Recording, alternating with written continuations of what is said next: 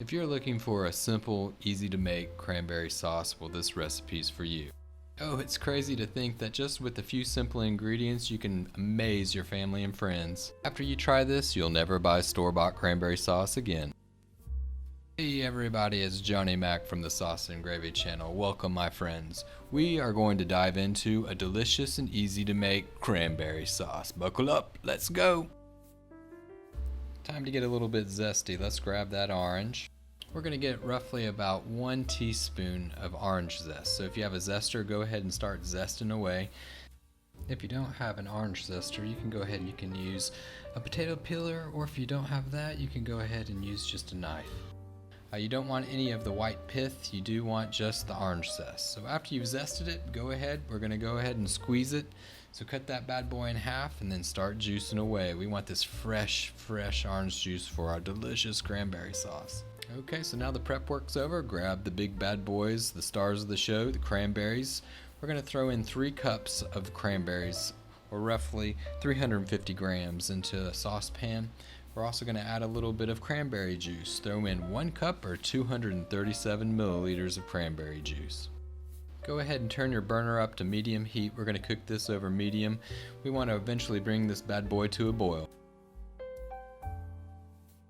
Now to offset that tartness of the cranberries, we're going to throw in a little bit of sugar. So we're going to use 1 cup of maple syrup, so go ahead and pour it on in. Now of course this is a holiday type sauce. It goes well with any sort of Christmas or Thanksgiving type meal, but it also goes great on ice cream, believe it or not. Throw it on waffles in the morning for breakfast. Now to add a little bit of sweet acidity, we're going to throw in a little bit of orange juice, that freshly squeezed orange juice. Okay, great. Now we're going to top it off with that delicious orange zest. Go ahead, throw it on in. One fantastic thing about this sauce is it tastes great, but it's actually really good for you. This is a great healthy sauce. And this is where the fun begins, my friends. Now grab a spoon and we mix. Go ahead and get everything incorporated. Bring this to a boil. Now look at that, my friends. Looking at those wonderful, plump, delicious, fresh cranberries, you're never going to want to buy cranberry sauce in a tin can ever again. Just check it out. So you're going to bring these guys to a boil. Let it boil for about a minute or so.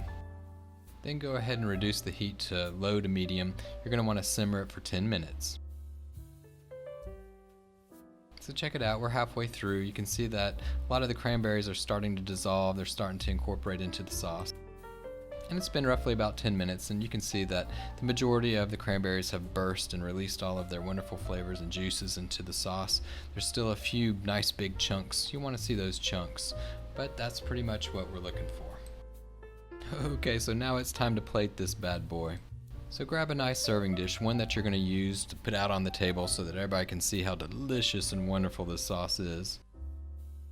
And go ahead and start spooning in that delicious cranberry sauce.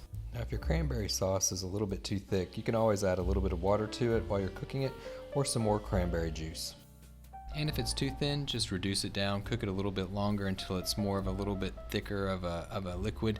You don't want it to be too thin, you just want it to be just right. And this is going to harden overnight, so you're going to go ahead and you're going to put it into the refrigerator. It's going to harden up and solidify overnight.